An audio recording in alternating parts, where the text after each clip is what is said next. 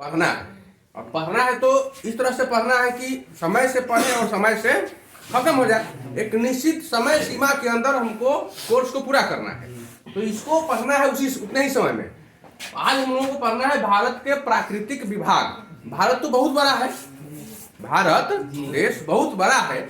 यह उत्तर से दक्षिण तक, जम्मू कश्मीर से कन्याकुमारी तक, और इधर असम के डिब्रूगढ़ से लेकर गुजरात में कच्छ और रण तक फैला हुआ है। काफी लंबा और चौड़ा, लगभग कहा जाता है 3200 किलोमीटर और 2900 किलोमीटर। लंबाई 3200 और चौड़ाई 2900। एग्जैक्ट हम लोग बताएंगे आगे, अभी आप लोगों को उतना की जरूरत नहीं है।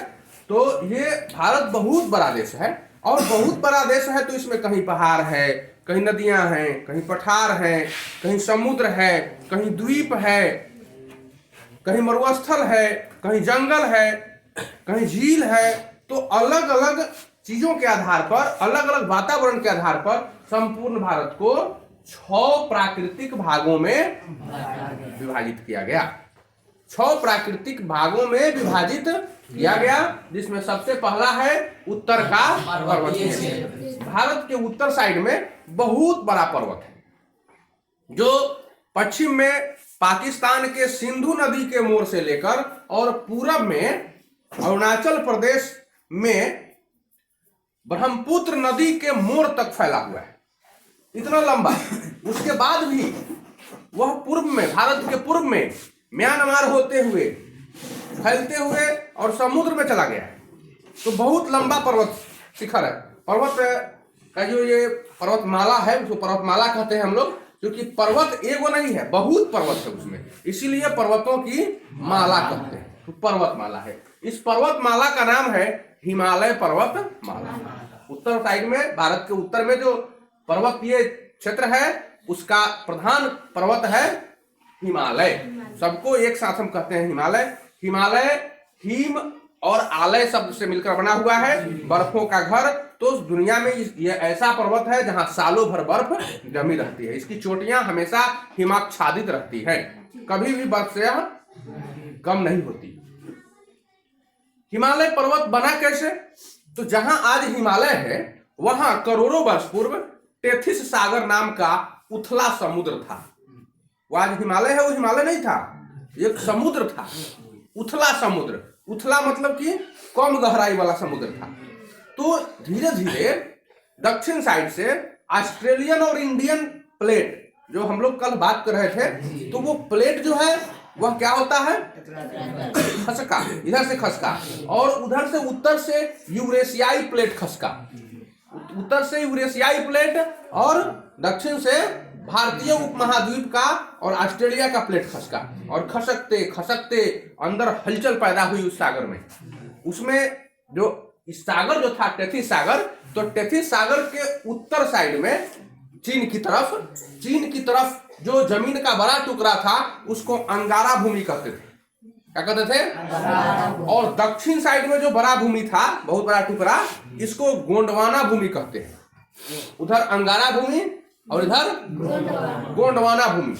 तो ये अंगारा भूमि और गोंडवाना भूमि सागर है। तो जब हलचल पैदा हुई तो अगल बगल में तरंग पैदा हुआ, और तरंग से बगल वाला जो मिट्टी है वो कट कट कर इधरों से मिट्टी कट कट कर समुद्र भरने लगा, और भरते भरते और समुद्र का नीचे का प्लेट, टेक्टोनिक प्लेट जो है वो टकराते टकराते बीच का भाग जो है इस तरह से धीरे धीरे उठना शुरू हो गया। और बहुत सालों बाद, लाखों वर्षों में यह पर्वत का आकार ले लिया। यह एक ऐसा पर्वत है जिसको वलित पर्वत के नाम से जाना जाता है। वलित पर्वत का मतलब होता है ऊंचा नीचा पर्वत, टेढ़ा मेढ़ा पर्वत। वलित जो मुड़ा हुआ हो, टेढ़ा मेढ़ा हो, ऊंचा नीचा हो, तो इस तरह का पर्वत बना। यह पर्वतमाला लगभग 400 किलोमीटर चौड़ा फैला हुआ है, नेपाल से लेकर और हिंदू कुश की पहाड़ी के उस पार बहुत चौड़ा, 400 किलोमीटर चौड़ा यह पर्वतमाला है। और हिमालय की बात करें तो इसकी लंबाई पूरब से पश्चिम तक या पश्चिम से पूरब तक 2400 किलोमीटर के आसपास है। तो हिमालय में 3 श्रेणियां है, तो 4 श्रेणियां, हिमालय की 4 श्रेणियां बांटी गई है। सबसे उत्तर साइड का जो श्रेणी है चीन की तरफ, तो वो परा हिमालय कहलाता है। उसको कहते हैं परा हिमालय। परा हिमालय में ही कैलाश पर्वत है। कैलाश पर्वत का नाम सुना है? शंकर जी रहते हैं। तो कैलाश पर्वत कहाँ है? परा हिमालय में। उसके बाद परा हिमालय हमको नहीं पढ़ना है, कारण है कि हम भारत के प्राकृतिक विभाग की बात कर रहे हैं, तो वो चाइना में पड़ता है, इसलिए हम उसकी बात नहीं करेंगे। भारत में उसके बाद का 3 श्रेणी पड़ जाता है। पहला है हिमाद्री, पहला है दूसरा है हिमाचल और तीसरा है शिवालिक। तो हिमाद्री को महान हिमालय या बृहत हिमालय कहते हैं। बहुत ऊंचा है, बहुत बड़ा है, इसलिए इसको महान हिमालय या बृहत हिमालय के नाम से जाना जाता है। इसकी ऊंचाई तो बहुत है, कहीं तो यह 8,848 मीटर तक ऊंचा हो गया है और कहीं कहीं कम भी है, 4,000 तक मीटर है। लेकिन इसकी औसत ऊंचाई जो है ऊपर और नीचे से मिलाकर 6100 मीटर की औसत ऊंचाई मानी गई है। कहीं 6,000 कहा जाता है, कहीं 6100 मीटर कहा जाता है। तो ये उसकी औसत ऊंचाई मानी गई है और यह सिंधु नदी से लेकर ब्रह्मपुत्र तक फैला हुआ है। 2400 किलोमीटर की लंबाई में हिमाद्री फैला हुआ है। लंबाई इसकी 2400 किलोमीटर है। यह ऐसा पर्वत है, यह ऐसा श्रेणी है, इसकी ऊंचाई काफी है, 6100 मीटर है। इस पर कोई भी आदमी नहीं रहता है, क्योंकि अधिक ऊंचाई बढ़ने के साथ साथ ऑक्सीजन की कमी होने लगती है वहां पर। तो एक तो ऑक्सीजन कम हो जाता है, दूसरा ठंड इतनी बढ़ जाती है कि आदमी का जीना वहां मुश्किल हो जाता है।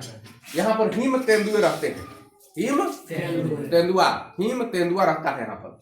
बाकी कोई प्राणी यहाँ नहीं पाया जाता है। तो ये ऊपर काफी बर्फे है, खाली बर्फ है तो रहेगा क्या वहां पर? हिम तेंदुआ और उसी के बर्फ में रहने वाले कुछ ऐसे प्राणी रहते हैं जिसको खाकर हिम तेंदुआ जिंदा रहता है। इस पर कोई शहर बसा उसा नहीं है और इसकी चोटियां काफी ऊंची ऊंची है। तो दुनिया की सबसे ऊंची चोटी एवरेस्ट का नाम सुना है? 8,848 मीटर लगभग है। तो ये चोटी जो है, और एवरेस्ट के साथ साथ कंचनजंगा, मकालू, नंदा देवी, धौलागिरी, नंगा पर्वत, कामेत, ये सारी चोटियां जो है वह हिमाद्री पर ही स्थित है। यानी दुनिया की सबसे ऊंची ऊंची चोटियां जो है वह हिमालय की हिमाद्री श्रेणी पर स्थित है। इसके बाद है दूसरा हिमाचल या मध्य हिमालय। हिमाचल को कहते हैं हम लोग मध्य हिमालय। यह 2400 मीटर से लेकर और 4000 मीटर तक की ऊंचाई के बीच माना जाता है। 2400 से शुरुआत और 4000 की ऊंचाई तक इसको माना जाता है। यह 1500 किलोमीटर के रेंज में फैला हुआ है। पश्चिम से पूरब तक कितने किलोमीटर? 1500 किलोमीटर के रेंज में फैला हुआ है। और इसकी लंबाई जो है वो कहां से? तो सिंधु नदी के मोड़ से, जहां से हिमाद्री की शुरुआत होती है, हिमाद्री की, वहीं से यह भी शुरुआत होता है। ठीक उसके दक्षिण साइड में, मतलब हिमाद्री उत्तर में है और बीच वाला जो श्रेणी है, बीच वाला, वह है हिमाचल। हिमाद्री से थोड़ा सा नीचा श्रेणी है, छोटा श्रेणी है। जैसे जैसे हम लोग उत्तर से दक्षिण की ओर आते हैं वैसे वैसे वह श्रेणी डाउन होती जाती है, छोटी होती जाती है, पर्वतों की ऊंचाई घटती जाती है हिमालय में और दूसरे में नहीं, दूसरे में किसी में फिर आगे बताएंगे। तो हिमालय में घटती जाती है। तो सबसे बड़ी है हिमाद्री और उसके बाद वाली श्रेणी हिमाचल, जिसकी ऊंचाई थोड़ी सी उससे कम हो गई है। तो ये सिंधु से और भूटान तक फैला हुआ है। कहां तक है? भूटान तक।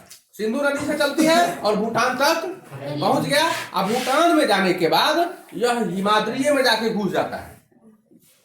हिमाद्रीय में जाकर मतलब दोनों जाकर एक हो जाता है, इसलिए इसकी लंबाई बढ़ जाती है। हिमाद्री तो बहुत लंबी हो गई, आई जाके भूटान में घुस गया हिमाद्री में, तो छोटा नहीं हो गया, तो ये छोटा हो जाता है।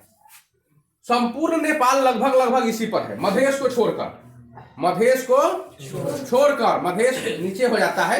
वीरगंज, जो वीरगंज साइड है, ये सब नीचे में हो जाता है, मैदानी भाग लगभग हो जाता है, ये पहाड़ पर नहीं बसा हुआ है। इसलिए मधेश को छोड़ दिया जाए तो लगभग सारा नेपाल किस पर है? इस पर माने किस पर? धरती पर, हिमाचल पर। हिमाचल श्रेणी के ऊपर बसा हुआ है संपूर्ण नेपाल। काठमांडू जो उसकी राजधानी है वह हिमाचल पर ही बसा हुआ है।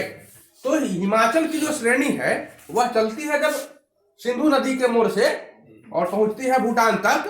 तो कश्मीर में, जम्मू कश्मीर कहते हैं ना, तो जम्मू कश्मीर में उसको पीर पंजाल श्रेणी के नाम से जाना जाता है। है तो इसका नाम हिमाचल, लेकिन जम्मू कश्मीर में उसको क्या कहते हैं? पीर पंजाल। हिमाचल प्रदेश में उसका नाम है धौलाधार। हिमाचल प्रदेश में उसका नाम हो जाता है धौलाधार। तो यह चलती है जम्मू कश्मीर से, जम्मू कश्मीर के बाद हिमाचल प्रदेश, जहां इसका नाम हो जाता है धौलाधार। हिमाचल प्रदेश के बाद उत्तराखंड है, उत्तराखंड में इसका नाम नाग टिब्बा हो जाता है।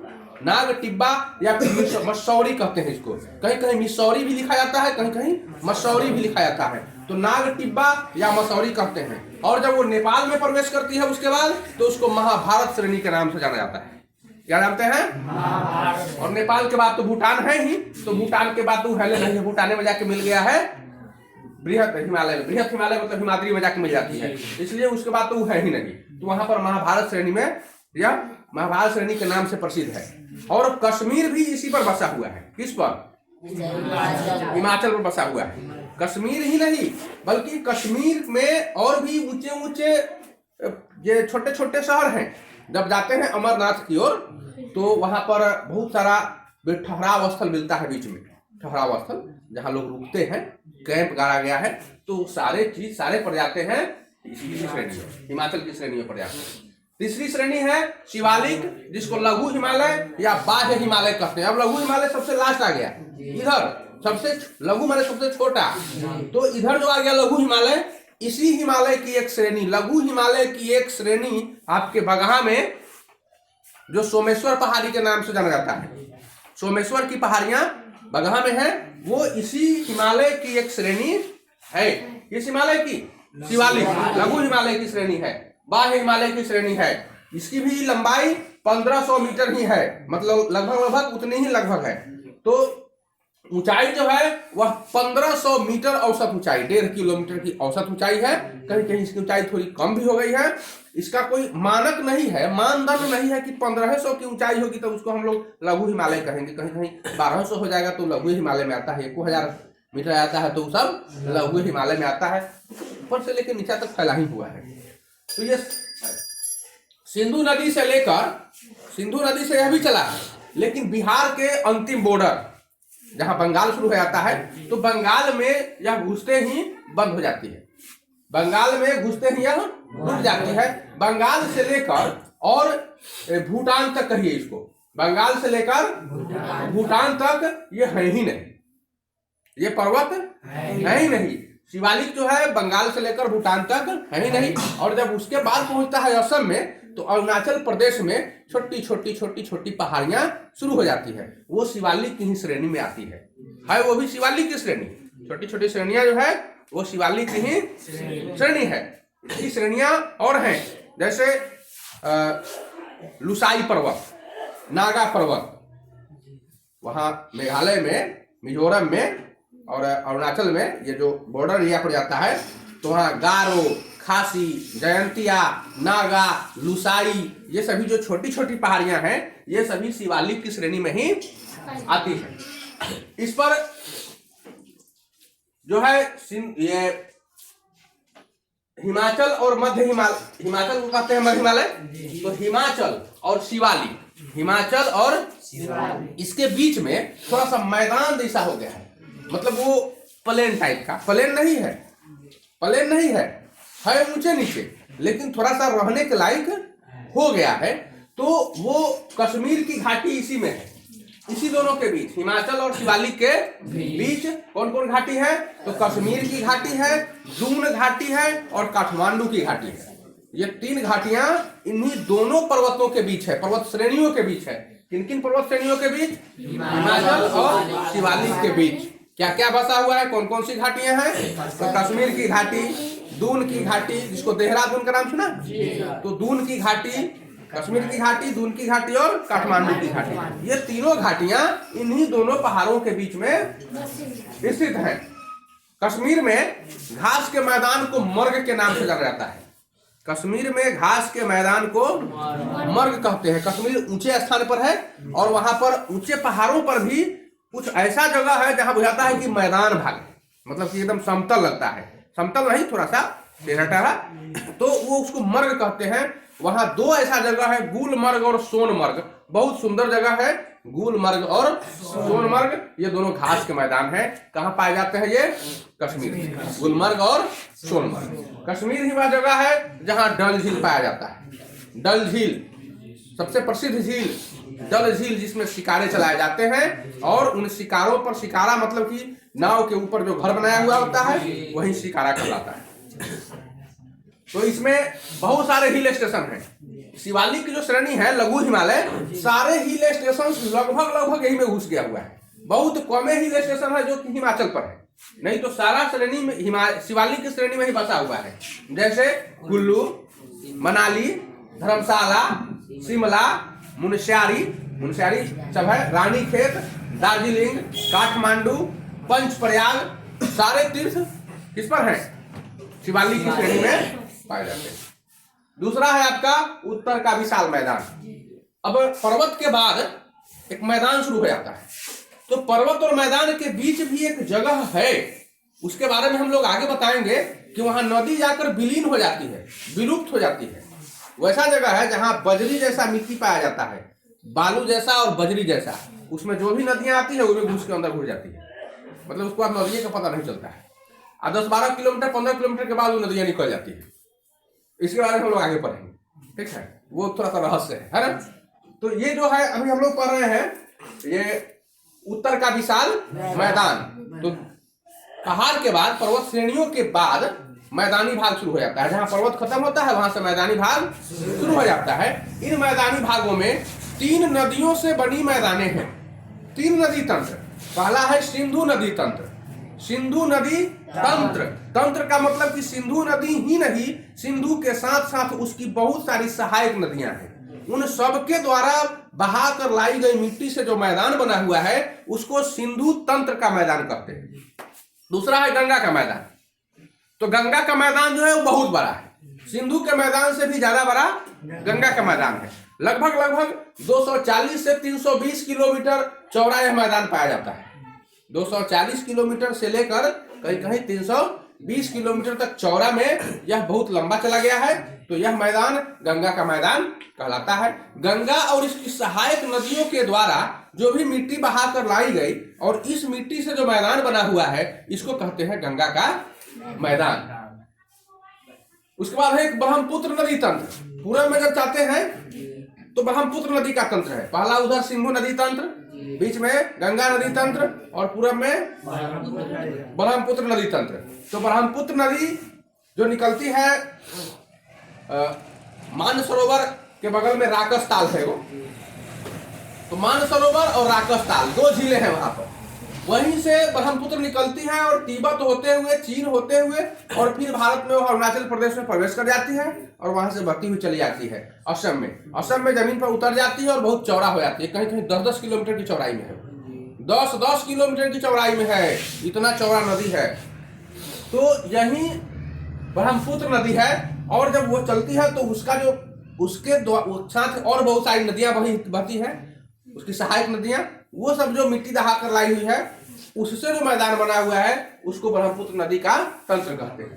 तो सिंधु नदी तंत्र में कौन कौन नदियां उसकी सहायक नदी है? झेलम, चिनाब, रावी, सतलज, ब्यास, चंद्रभागा। कौन कौन नदी है? झेलम, चिनाब, रावी, सतलज, ब्यास, चंद्रभागा। चंद्र और भागा 2 नदियां हैं, दोनों मिल जाती हैं इसलिए चंद्रभागा नाम पड़ता है। तो ये जम्मू का श्रीनगर जो है, जम्मू कश्मीर की राजधानी है श्रीनगर, यह श्रीनगर झेलम नदी के किनारे बसा हुआ है। श्रीनगर किस नदी के किनारे बसा हुआ है? झेलम नदी का परीक्षा में आता है। श्रीनगर बसा हुआ है झेलम नदी के किनारे। और सतलुज जो नदी है, सतलज जिसको कहते हैं, सतलज और सतलुज एक ही चीज है। सतलज भी कहीं कहीं मिलता है और कहीं कहीं इसका नाम सतलुज मिलता है। तो सतलुज नदी जो है इस पर दुनिया का सबसे ऊंचा बांध भाखरा नंगल बांध बना हुआ है, जो बांध बनाकर पानी रोका जाता है। पाकिस्तान को भी कुछ भाग मिलता है और हिंदुस्तान को भी कुछ भाग मिलता है। 80% पानी पाकिस्तान को मिलता है। 80% पानी पाकिस्तान को सिंधु नदी का पानी मिलता है। सिंधु नदी का पानी, सिंधु नदी का कितना % मिलता है? 80% पानी मिलता है। तो पानी बहुत मिलता है वहां पर। उसी पानी को कभी कभी बात होती है कि रोक देंगे पानी, बदमाशी करता है तो रोक देंगे पानी रोक देंगे। ये सिंधु नदी तंत्र है। तो सबसे बड़ा बांध जो है वह सतलुज पर ही है, भाखड़ा नंगल बांध। जब वहां से चलते हैं सिंधु से थोड़ा आगे तो पंजाब में आते हैं, तो पंजाब में भटिंडा नाम का एक जगह है, भटिंडा। तो भटिंडा ऊंचाई पर स्थित है। भटिंडा जो एक जगह है पंजाब में, वह ऊंचा स्थान है, और इतना ऊंचा स्थान है कि नदी को आगे ही नहीं बहने देता है, नदी को आगे बहने नहीं देता। 2 मीटर से ज्यादा ढाल नहीं है, लेकिन वो एक ऐसा है कि काफी ऊंचा हो जाता है, और नदी को ऊपर, अब ऊपर मुंह पानी चढ़ेगा नहीं चढ़ेगा ना, तो भटिंडा ऊंचाई पर है और नदी उधर से नीचे से आती है, इसलिए ऊपर नहीं जा पाती है। तो उधर से जो नदी आती है, भटिंडा के पश्चिम साइड से जो भी नदियां आती है, वह भटिंडा के बगले बगले से गुजर जाती है, या भटिंडा के उसी पार से गुजर कर और सब अरब सागर में चली जाती है। भटिंडा के पश्चिम में जितनी भी नदियां हैं, वो सारी नदियां अरब सागर में चली जाती हैं, गिरती हैं, अरब सागर में गिरती हैं। और भटिंडा के पूरब जो नदी है, वह सब बहती हुई बंगाल की खाड़ी में चली जाती है। अब सब डायरेक्ट नहीं जाती है, छोटी छोटी नदी है तो बड़का नदी में मिल गया, वो बड़का नदी कुछ वो अपने से बड़का नदी में मिल गया, और सबसे बड़ी नदी जो बन जाती है वो बंगाली खाड़ी में जाकर गिर जाती है। तो ये इसको भटिंडा को जल विभाजक कहते हैं। भटिंडा जो जगह है वह जल विभाजक है, जल विभाजक, जल को विभाजन करता है, बांट देता है, पश्चिम का पश्चिम में रहो, पूर्व का पूर्व में रहो। इसके बाद है गंगा नदी तंत्र। तो गंगा नदी में सबसे अधिक सहायक नदियां आकर मिलती हैं। सारे तंत्रों में सबसे बड़ा तंत्र किसका है? गंगा नदी का तंत्र है। सबसे पहले अलकनंदा आती है, रामगंगा आती है, गोमती आती है, गंडक है, बूढ़ी गंडक, बागमती, कमला, बलान, कोसी, महानंदा, सरजुग, सोन, जमुना, ताप्ती, बेतवा, केन, काक्षी, ये सारी नदियां। इसके अलावा भी अनेक नदियां हैं जिसका नाम इसमें नहीं है, छोटी छोटी नदियां हैं, वो बड़ी नदियों में मिल जाती है, उससे बड़ी नदियों में मिल जाती है, और करते करते सारी नदियां आकर किसमें मिल जाती हैं? गंगा में मिल जाती हैं। और तब गंगा आगे बढ़ती है, आगे बढ़ने के बाद बंगाल में जाने के बाद गंगा कई धाराओं में बढ़ जाती है, जिसको उपधारा कहते हैं। हुगली का नाम सुना है? हुगली, हुगली बड़ी नदी है, फिर भी वो मेन गंगा नहीं है, वो गंगा की एक उपधारा है, विभाजक रेखा, विभाजक धारा है, गंगा में से निकल कर बहती है। तो गंगा की भी अनेक उपधाराएं बच जाती हैं, उनको उपधारा कहते हैं। क्या कहते हैं? उपधारा। जो नदी, मेन नदी आकर गंगा में गिरती है तो वो सहायक नदी कहते हैं, और जब गंगा को तोड़कर अलग अलग धारा बढ़ जाता है तो उसको कहते हैं उपधारा। तो इतनी सारी नदियों के द्वारा जो मिट्टी लाई गई है और उनसे जो मैदान बना हुआ है, उनको कहते हैं गंगा नदी तंत्र का मैदान। और तीसरा है ब्रह्मपुत्र नदी तंत्र का मैदान, जिसमें दिवांग, लोहित, फलश्री, सुबनश्री, मानस, तीस्ता, कोलांग, ये सारी नदियां आकर मिलती हैं और तब जाकर ब्रह्मपुत्र का मैदान बनता है। मानस नदी है, मानस नदी नाम सुना है? इसी मानस नदी के नाम पर वहां मानस अभयारण्य है, जंगली जीवों का अभयारण्य मानस अभयारण्य है। असम में कौन सा अभयारण्य है? मानस अभयारण्य है। दलदली जगह है, काफी दलदली जगह है। नदी जब ब्रह्मपुत्र उधर से आती है ना, तो काफी चौड़ी है, लेकिन वह असम में 2 धाराओं में बढ़ जाती है, और 2 धारा में बढ़ने के बाद आगे बढ़ती है और घूम जाती है। तो घूमती है जब, तो वहां पर एक द्वीप बन जाता है। 2 धाराओं के, नदियों के 2 उपधाराओं के बीच जो खाली जगह रह जाता है जमीन, उसको कहते हैं द्वीप। और नदी में भी द्वीप बनता है, और भारत में नदी में तो द्वीप है छोटे छोटे बहुत सारे, लेकिन 2 द्वीप बहुत प्रमुख है। 2 द्वीप, एक असम में है जो मजुली द्वीप कहलाता है। दुनिया का सबसे बड़ा नदी का द्वीप मजुली द्वीप है, जो पूरा मजुली जिला है और 1250 वर्ग किलोमीटर में फैला हुआ है। छोटा नहीं है ये, 1250 वर्ग किलोमीटर लंबाई और चौड़ाई में जब गुना करते हैं तो 1250 वर्ग किलोमीटर, लगभग लंबाई 40 किलोमीटर और चौड़ाई 30 किलोमीटर लगभग। तो इतना चौड़ा, 30 किलोमीटर कम थोड़े होता है, यहाँ से मुजफ्फरपुर चले जाओगे तो 30 किलोमीटर चौड़ा और 40 किलोमीटर के आसपास, 40-42 किलोमीटर चौड़ा, लगभग इतना लंबा चौड़ा एक द्वीप है जिसको मजुली द्वीप के नाम से जानते हैं। दुनिया का सबसे बड़ा नदी द्वीप कौन है? मजुली। मजुली। और बिहार में भी वो नदी द्वीप है, पता है? जानते हो? नहीं, छुपा हुआ है। गंगा नदी में राघोपुर द्वीप है। गंगा नदी में पटना के निकट एक द्वीप है जिसका नाम है राघोपुर। टापू लोग कहते हैं उसको भी, टापू माने द्वीप ही होता है।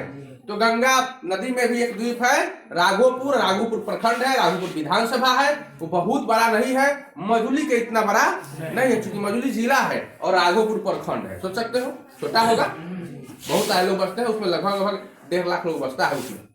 गंगा नदी के बीच में 1.5 लाख लोग बसता है, दोनों तरफ से गंगा बहती है और बीच में एक टापू है, द्वीप है जिस पर इतने लोग बसते हैं। तीसरा है मरुस्थल। भारत के 6 प्राकृतिक विभागों में हम लोग उत्तर का पर्वतीय क्षेत्र पढ़ लिए, उत्तर का विशाल मैदान पढ़ लिए। तीसरा हम लोग आते हैं मरुस्थल में। तो मरुस्थल जो है अपने यहाँ भारत के पश्चिमी क्षेत्र में है। एक पर्वतमाला है अरावली। दिल्ली के आगे बढ़िएगा, जब राजस्थान में जाइएगा तो अरावली पर्वत है। अरावली पर्वत के पश्चिम में शुरू हो जाता है मरुस्थल। जैसे ही अरावली पर्वत खत्म होता है वैसे ही मरुस्थल शुरू हो जाता है। तो उस मरुस्थल को कहते हैं थार मरुस्थल। वैसे वह जो मरुस्थल है सिर्फ राजस्थान में नहीं है, राजस्थान के साथ साथ गुजरात, पंजाब, हरियाणा, सिंध, इन सब प्रांतों में फैला हुआ है। थोड़ा थोड़ा, ज्यादा नहीं, थोड़ा थोड़ा। 60% भाग स्पेशल राजस्थान में है और 40% भाग में थोड़ा सा हरियाणा में है, थोड़ा सा पंजाब में है, थोड़ा सा गुजरात में है और सिंध जो है पाकिस्तान में पड़ जाता है। मतलब मरुस्थल पाकिस्तान में भी है, वही मरुस्थल आगे पाकिस्तान में भी पड़ जाता है और हिंदुस्तान में भी पड़ जाता है। तो थार मरुस्थल जो है वह भारत में बहुत बड़ा मरुस्थल है और क्षेत्रफल के दृष्टिकोण से दुनिया का 17वां मरुस्थल है। दुनिया का 17वां मरुस्थल है थार मरुस्थल। अरावली पर्वतमाला के पश्चिम में शुरू हो जाता है। तो अरावली पर्वतमाला में एक पहाड़ी है नाग पहाड़ी। अरावली पर्वतमाला में एक छोटी सी पहाड़ी है नाग पहाड़ी। उस नाग पहाड़ी से एक नदी निकलती है, लूनी नदी। वो नदी है लूनी नदी। लूनी नदी राजस्थान की सबसे बड़ी नदी है जो मरुस्थल से होती हुई बहती है और मरुस्थल के लोगों के पानी का बहुत बड़ा साधन है लूनी नदी। और मरुस्थल से बहती हुई आगे चलकर वह अरब सागर में जाकर गिर जाती है। तो अरब सागर में गिरती है कौन नदी? लूनी नदी। कौन नदी गिरती है? लूनी नदी। वहां पर जयपुर के निकट, राजस्थान की राजधानी है जयपुर, जयपुर के निकट एक सांभर झील पड़ता है। कौन झील है? सांभर। वो मरुस्थल में ही है। मरुस्थल के बीच में एक झील है सांभर झील, जो खारे पानी की झील है। अब सोचो, खारे पानी की झील मरुस्थल में है, ये बड़ा आश्चर्यजनक बात है। खारा पानी समुद्र का होता है, खारा पानी, और समुद्र के आसपास जो झील होता है उसमें खारा पानी मिलता है। जैसे उड़ीसा में चिल्का झील है, चिल्का झील भारत का सबसे बड़ा झील है, खारे पानी का झील।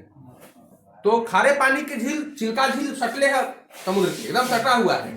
लेकिन ये तो समुद्र में है ही नहीं, समुद्र से तो काफी दूर है। तो कहीं ना कहीं कुछ बात तो है।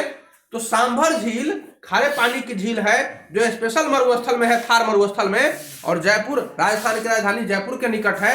उसमें इतना पानी है कि वहां नमक का उत्पादन किया जाता है और वह भी व्यावसायिक रूप से, मतलब बेचने के लिए, खाने के लिए नहीं। काफी नमक निकलता होगा।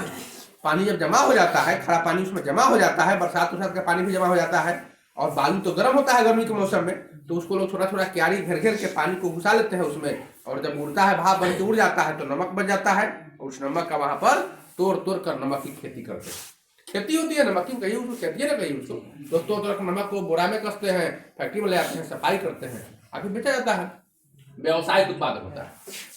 चौथा है प्रायद्वीपीय पठार। प्रायद्वीपीय भारत में, भारत का जो आकार है वह इस तरह से भारत का आकार बताए थे, ध्यान है कि नहीं? ऐसे भारत बताए थे। चलो इधर का छोड़ो, ये जो है यही भाग प्रायद्वीप है। अब गौर से देखो, ये किस तरह का आकार है? त्रिभुजाकार है कि नहीं है? भी आकार का है कि नहीं है? तो भी आकार का है, त्रिभुजाकार है, यही है प्रायद्वीपीय भारत। ये भाग है प्रायद्वीपीय भारत। लेकिन प्रायद्वीपीय भारत में हम पठार की बात करते हैं, प्रायद्वीपीय पठार की। तो गौर से समझो, ये जो रेखा देख रहे हो, ये अरावली और विंध्याचल पर्वत है। ये कौन सा पर्वत है? अरावली और विंध्याचल पर्वत, जो भारत को दो भागों में बांट देता है, उत्तरी भारत, दक्षिणी भारत। साउथ इंडिया का नाम सुना है? तो कहता है ना साउथ की फिल्म है, साउथ में फलाना ऐसे होता है, साउथ में वो होता है। तो साउथ और नॉर्थ है क्या? भारत में नॉर्थ और साउथ की विभाजक रेखा कौन सी है? तो यही विंध्याचल पर्वत और अरावली कर रहे हैं, विंध्याचल पर्वतमाला। और इसके साथ साथ अरे अभी बता दिए। तो ये विंध्याचल पर्वतमाला जो है सतपुरा की श्रेणी है। सतपुरा प्लस विंध्याचल, ये दो पर्वत श्रेणियां हैं, सतपुरा और विंध्याचल। ये पर्वत श्रेणी लंबा है। और इसके बाद इधर से एक पर्वत श्रेणी यहाँ से शुरू हो जाता है, ऐसे यहाँ से देख रहे हो। तो ये इसको पूर्वी घाट कहते हैं। क्या कहते हैं इसको? पूर्वी घाट। और ये वो पश्चिम में यहीं से शुरू हो जाता है, इसको कहते हैं पश्चिमी घाट। इसको कहते हैं पश्चिमी घाट। इसी में कई पर्वतमालाएं हैं, इसमें कई पर्वतमालाएं हैं। इसमें नीलगिरी का पर्वत भी है। ये दक्षिण साइड में देख रहे हैं ना भाई, ये देख रहे हो, ये नीलगिरी पर्वतमाला है। तो उत्तर में सतपुरा और विंध्याचल और दक्षिण में नीलगिरी, पूरब में पूर्वी घाट और पश्चिम में पश्चिमी घाट। इसके बीच का जो ये भाग है, ये लगभग 200 से 250 मीटर ऊंचा है, जिसको पठार कहते हैं। क्या कहते हैं इसको? पठार। तो यहाँ इस पठार को दक्कन का पठार कहते हैं। इस पठार का नाम है, चूंकि दक्षिण में है, यह है कहाँ? सतपुरा और विंध्याचल की श्रेणी के दक्षिण में है। तो दक्षिण साउथ इंडिया साउथ में है, इसलिए उसको दक्षिण कहते हैं। कहाँ तो गया? दक्षिण। लेकिन उधर का लोग दक्कन कहने लगा और दक्कन कह के दक्कन बना दिया, दक्कन। क्योंकि अंग्रेजी उधर बोला जाता है और अंग्रेजी में थोड़ा सा प्रोनाउंसिएशन चेंज हो जाता है, तो डेक्कन डेक्कन कहते कहते दक्कन बना दिया। तो ये दक्कन का पठार है। ये जो पठार है दक्कन का पठार है। और यहाँ की मिट्टियां काफी मजबूत है, काली मिट्टी है, पानी को जमा करके रखती है। यहाँ पर कपास की खेती खूब होती है। इस पठार में कपास की खेती खूब होती है। इसके बाद है, और इसका आकार कैसा है बताओ? तो इसका आकार देखो ना, त्रिभुजाकार है कि नहीं? है ना, त्रिभुजाकार। इसके बाद हमारा पांचवा है समुद्र तटीय मैदान, पांचवा भाग। तो ये जो हम देख रहे हैं पूर्वी घाट और यह देख रहे हैं पश्चिमी घाट। तो पूर्वी घाट के पूरब और पश्चिमी घाट के पश्चिम, देख रहे हो खाली स्थान, देख रहे हो ना? यह लगभग कहीं 30 किलोमीटर, कहीं 40 किलोमीटर और कहीं कहीं 80 किलोमीटर चौड़ा हो जाता है। यह सकरा भाग है, बहुत चौड़ा भाग नहीं है। अगर भारत के दृष्टिकोण से देखा जाए तो भारत तो बहुत चौड़ा है ना, और बहुत लंबा है। लेकिन 40 किलोमीटर 30 किलोमीटर सौंसे भारत में कहा जाए 30 किलोमीटर कितना चौड़ा पट्टी होगा? तो एक पतली पट्टी के रूप में ये एक सकरा भाग है, जो पश्चिमी घाट के पश्चिम और समुद्र के बीच में, समुद्र के बाद और पश्चिमी घाट के पश्चिमी बीच की सकरी पट्टी है। और ये पूर्वी घाट के पूरब और समुद्र के बाद ये सकरी पट्टी है। तो ये जो सकरी पट्टी है, इसी को कहते हैं समुद्र तटीय मैदान। समुद्र के किनारे किनारे, समुद्र के तट के निकट जो मैदानी भाग है, उसको कहते हैं समुद्र तटीय मैदान। और यहाँ भी अच्छी खेती होती है। तो पश्चिम में जो है, पश्चिम में वह गुजरात से लेकर और कन्याकुमारी तक पश्चिम तटीय मैदान कहलाता है। क्या कहलाता है ये? पश्चिम तटीय। पश्चिम में है तो पश्चिम तट का मैदान हुआ। गुजरात से लेकर नीचे कन्याकुमारी है यहाँ पर। और पूरब में है उसको पूर्व तटीय मैदान कहते हैं। और यह उड़ीसा से शुरू होता है और कन्याकुमारी तक खत्म हो जाता है। तो लगभग यही है। तो ये समुद्र तटीय मैदान। अगला है द्वीप समूह। छठा है द्वीप समूह। भारत के 6 प्राकृतिक प्रभागों में सबसे अंतिम है द्वीप समूह। द्वीप समूह है क्या? द्वीप समूह कहते किसे हैं? तो किसी भी सागर, महासागर अथवा झील, सागर, महासागर अथवा झील, इसमें जो छोटे छोटे द्वीप होते हैं उनके समूह को कहते हैं द्वीप समूह। एक रहेगा तो द्वीप समूह कैसे कहलाएगा? एक रहेगा तो द्वीप कहलाएगा, और एक से अधिक होंगे तो उनको क्या कहते हैं? द्वीप समूह। तो भारत में 2 द्वीप समूह हैं। भारत में 2 द्वीप समूह है। एक पूरब में बंगाल की खाड़ी में है, अंडमान निकोबार द्वीप समूह, और एक पश्चिम में है अरब सागर में, जिसको कहते हैं लक्षद्वीप समूह। यहाँ पर ये जो है ये लंबा लंबा लंबा आता है ये बंगाली खाड़ी में, ये हो जाता है अंडमान निकोबार द्वीप समूह, जो बताए थे कि हिमालय पहाड़ जो घूमता है तो घूमते हुए बर्मा में आता है, जिसको म्यांमार कहते हैं, अराकान जोमा हो जाता है, और अराकान जोमा के बाद यह समुद्र में घुस जाता है और समुद्र में डूब जाता है। इसकी जो चोटियां ऊपर ऊपर दिखाई पड़ती है, जिस तरह से अब चोटी के बारे में बताएंगे, मकालू, नंदा देवी, धौलागिरी, नंगा पर्वत, कंचनजंगा, एवरेस्ट सब ऊंची ऊंची चोटियां है, और चोटी को समुद्र में डुबा देगा। हिमालय पहाड़ को मान लो कि समुद्र में उठा कर डुबा दे, तो डुबा देंगे तो सारा समुद्र में थोड़ा डूब जाएगा, जो ऊंची ऊंची चोटियां है ऊपर रहेगा ना। तो वैसा का चोटी जितना ही बच गया है ऊपर ऊपर, इस पर कहीं कुछ पर आदमी बसता है, कुछ पर जंगल है, कुछ पर जंगली जानवर रहते हैं इस पर। तो ये ऊंची ऊंची चोटियां जो है यही द्वीप कहलाती है, और एक नहीं अनेकों द्वीप है, इसलिए इसको द्वीप समूह कहते हैं। ये पूर्वी भाग में है, अंडमान निकोबार द्वीप समूह कहा जाता है। इसको क्या कहते हैं हम लोग? अंडमान निकोबार द्वीप समूह। इसी द्वीप पर प्रसिद्ध सेल्यूलर जेल है। इस द्वीप पर भारत का प्रसिद्ध जेल है सेल्यूलर जेल। सेल्यूलर जेल में हमारे यहाँ के स्वतंत्रता संग्राम के जो आंदोलनकारी थे उनको पकड़ कर, जो ज्यादा बदमाश होते थे, पकड़ कर सेल्यूलर जेल में डाल दिया था।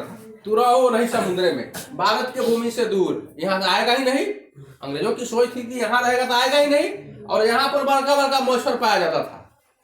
यहाँ पर जाने के तुरंत बाद आदमी को मच्छर से मलेरिया हो जाता था, पूरा देह काला जल हो जाता था, पूरा देह करिया करिया हो जाता था। इसीलिए इस सेल्यूलर जेल में डालने की सजा को काला पानी की सजा लोग कहते थे। क्या कहते थे इसको? काला पानी की सजा। मतलब सेल्यूलर जेल में चला गया अर्थात उसको काले पानी की सजा हो गई, पूरा देह तुरंत उसका करिया करिया हो ही जाना है। मच्छर काटता था, करिया करिया हो जाता था। तो पूरब में तो अंडमान निकोबार द्वीप समूह है। इसी अंडमान निकोबार द्वीप समूह में एक द्वीप है सेनेगल द्वीप। एक द्वीप है सेनेगल। ये बड़ी खतरनाक द्वीप है। यहाँ पर मात्र 150 की संख्या में एक खास जनजाति, आदिवासी जनजाति बसती है, और ये ऐसी जनजाति है कि लगभग 60,000 वर्षों से इसी द्वीप पर बस रही है, और दुनिया के लोगों से इसका कोई संपर्क नहीं है। दुनिया में किसी भी लोग से इसका संपर्क नहीं है। ये आज भी प्राकृतिक अवस्था में रहती है। इसके शरीर पर न कपड़ा मिलेगा न कुछ, और ये असली जनजाति यही है। जब कोई व्यक्ति भेंट करने जाता है, चाहता है कि कोई जाए फल दे, कुछ दे दे उसको, तो वह पहले ही तीर धनुष से मार देता है। वहां जब हेलीकॉप्टर ले जाया गया, सरकार हेलीकॉप्टर भेजती है कि जाओ जरा सा देखो उस पर, तो हेलीकॉप्टर पर तीर बरसाना शुरू कर देता है। इसलिए बहुत खतरनाक जगह है। बाद में कई बार प्रयास किया गया। पिछले बार भी 2 साल पहले अमेरिका का एक व्यक्ति था, मिशनरी था, वो जा रहा था, सोचा कि कुछ देते हैं वहां पर, जैसे ये प्रवेश करना चाहा, वहीं पर उसको लोग खत्म कर दिया। नाविक को मना किया कि मत जाइए, उस पर मत जाइए, बहुत खतरनाक द्वीप है। अलग से व्यक्ति, सब लोग नाविक सब चला आया उसको छोड़कर, नहीं माना, चला गया वो। अगले दिन उसका मृत शरीर पाया गया, मर गया वो, तो उसको मार दिया। यही सेनेगल द्वीप की कहानी है। बहुत खतरनाक द्वीप है। कौन द्वीप? ये सेनेगल द्वीप। ये सेनेगल जो द्वीप है खतरनाक द्वीप। पश्चिम में है अरब सागर। पश्चिम में क्या है? अरब सागर में पड़ता है लक्षद्वीप समूह। तो लक्षद्वीप समूह झुंड में है। झुंड का मतलब कि ऐसे देख रहे हो झुंड। ये है सीधी श्रृंखला, पहाड़ की जो श्रृंखला है, सीधा पहाड़ आया हुआ है। इससे पता चलता है कि पहाड़ है, क्योंकि पहाड़ के रहू चलता है तो सीधे श्रृंखला में, झुंड में पहाड़ नहीं होता है। ये झुंड में है। झुंड में है। जब यहाँ परीक्षण किया गया, देखा गया कि आखिर झुंड कैसे बना, तो वह कोरल द्वीप है। कोरल द्वीप जानते हो? नहीं। समुद्र में कोरल नाम का एक जीवाणु पाया जाता है।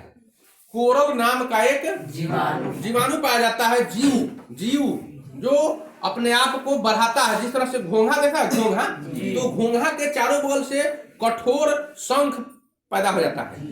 कठोर, बहुत कठोर आवरण होता है, कैल्शियम का आवरण जो कठोर होता है। ठीक उसी तरह से कोरल जो होता है ना, कोरल जैसा जीव, वो भी अपने चारों तरफ से कठोर आवरण प्राप्त कर लेता है। और एगो दूगो नहीं, अरबों खरबों कोरल वहां पलता था पहले। अरबों खरबों कोरल वहां पलता था। वह कोरल जब मर गया, तो मरेगा तो जाएगा, एक जगह जमा हो जाएगा, सब एक जगह था ही।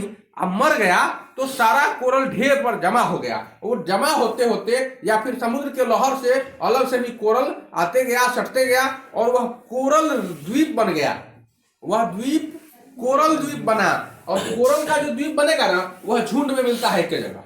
तो ये पश्चिम में जो लक्षद्वीप समूह है, ये पूरा द्वीप का समूह कौन सी का बना हुआ है? कोरल द्वीप का बना हुआ है। किसी का बना हुआ है? कोरल द्वीप। ये बिल्कुल कोरल द्वीप है। तो इस तरह से हम भारत के आज जो है 6 प्राकृतिक प्रभागों को पढ़ लिए। इसमें केरल का नाम सुना है? केरल, भारत में एक केरल जगह है, केरल एक राज्य है। तो केरल का नाम कोरले के नाम से पड़ा। केरल के बगल से कोरल शुरू हो जाता था, काफी कोरल वहां रहता था, तो कोरल के नाम पर ही उसका भाग का नाम पड़ गया केरल।